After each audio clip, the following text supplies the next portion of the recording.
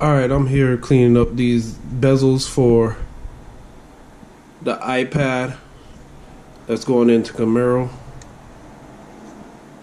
Have these like flashings that's on top of it. It's 3D printed.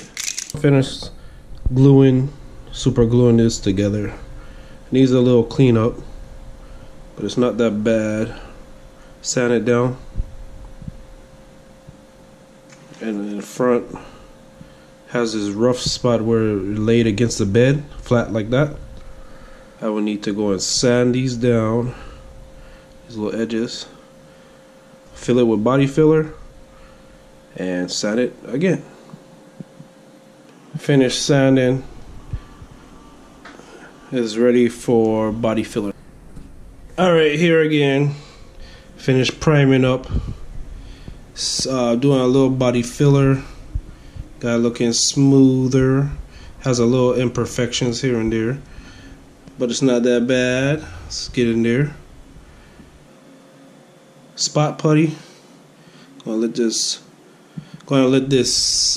dry, the primer dry, and then we're gonna go back and do a little bit of body working again, and we'll be almost there.